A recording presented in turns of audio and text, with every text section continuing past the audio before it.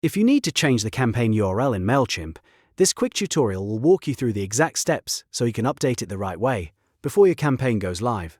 This is especially useful if you want a cleaner link, a more branded URL, or you simply made a mistake and want to fix the share link before sending. And if this video helps, make sure to hit like and subscribe for more simple MailChimp tutorials. First, open your web browser and go to MailChimp. Sign into your account using your email address and password. Once you're logged in, look at the menu on the left side of the screen and click Campaigns. This will take you to the section where all of your email campaigns are listed. Now find the campaign whose URL you want to change. Next to that campaign, click Edit.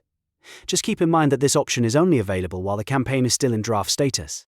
If the campaign has already been sent, the URL can't be changed the same way, so make sure you're editing the draft version.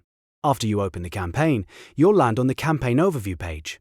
Here you'll see different sections like To, From, Subject, Send Time, Content, and Share Email. Scroll down until you find the Share Email section. This is where MailChimp stores the shareable campaign URL. Once you're in the Share Email section, click Edit. A pop-up window will appear showing your current share URL.